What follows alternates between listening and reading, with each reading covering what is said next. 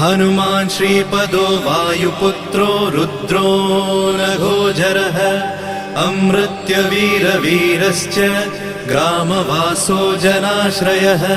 धनदो निर्गुणः शूरो वीरो निधिपतिर्मुनिः पिङ्गाक्षो वरदो वाग्मी सीताशोकविनाशकः शिवः शर्वत्परो व्यक्तो व्यक्तो धराधरः पिङ्गकेशः पिङ्गरोमा श्रुतिगम्यः सनातनः अनादिर्भगवान् देवो विश्वहेतुर्जनाश्रयः आरोग्यकर्ता विश्वेशो विश्वनाथो हरीश्वरः भर्गो रामो रामभक्तः कल्याणप्रकृतिस्थिरः विश्वम्भरो विश्वमूर्तिर्विश्वाकारश्च विश्वपः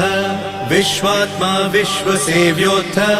विश्वो विश्वहरो रविः विश्वचेष्टो विश्वगम्यो